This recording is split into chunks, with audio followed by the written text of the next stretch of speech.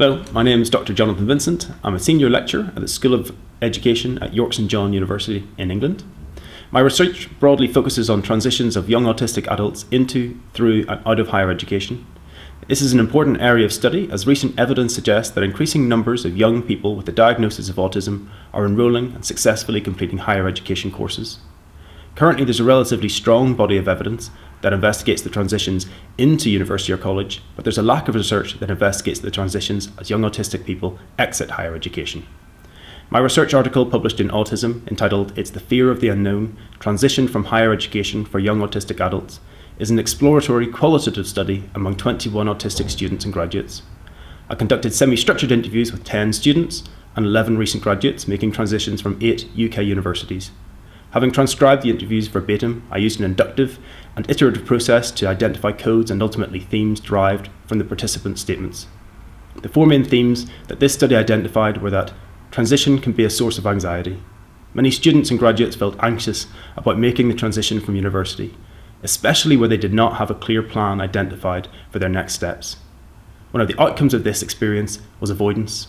Some of the students and graduates related simply not feeling able to consider the transition whilst completing final year exams, coursework or dissertations. For some, avoidance was the only way that they were able to keep control of other aspects of their life. The second theme was transition as a positive departure. This showed that for some of the participants, transition is not always negative. In fact, many described the experience in positive terms, using words like excited, happy or optimistic to describe how they felt. This was, however, more often the case for those individuals who felt that they knew what would be happening next in terms of a job, course, or other occupation. The third theme was transition as loss. Many of the students and graduates reported working hard to establish routines and skills at university to make them successful, and so the thought of having to return to their family home was considered in terms of loss. They reported leaving university as loss of independence, loss of friendships, and loss of momentum. The final theme was transition as identity development. Like the previous theme, this also relates to returning to the family home and reflects anxiety about how they perceive themselves or were perceived by others. The participants related various feelings of identity flux.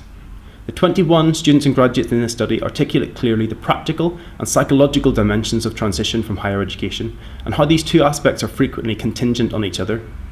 So when autistic students and recent graduates are prepared practically, this can alleviate some of the emotional strain of moving on to the next stage of life.